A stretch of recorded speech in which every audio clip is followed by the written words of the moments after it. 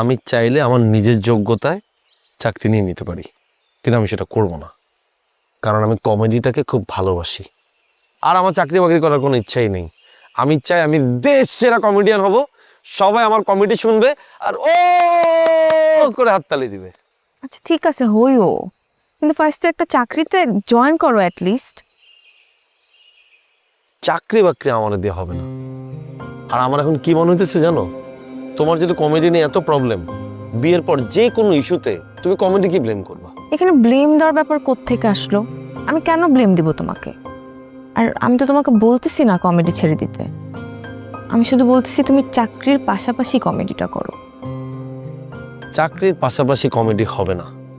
Comedy করলে শুধুমাত্র কমেডিই করব। তোমার জন্য তো আমিই আছি। কেন আমার প্রতি কি তুমি কোনো ভরসা পাও না?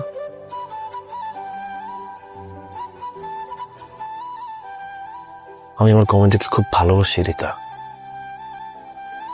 আর আমাকে ভালোবাসো না? তোমাকে তো হাসি, কিন্তু আমি কমেডিটা ছাড়তে পারবো না।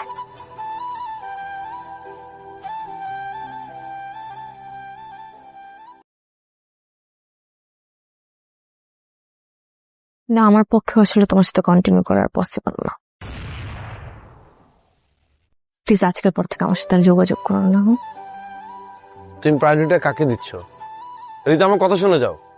রিতা।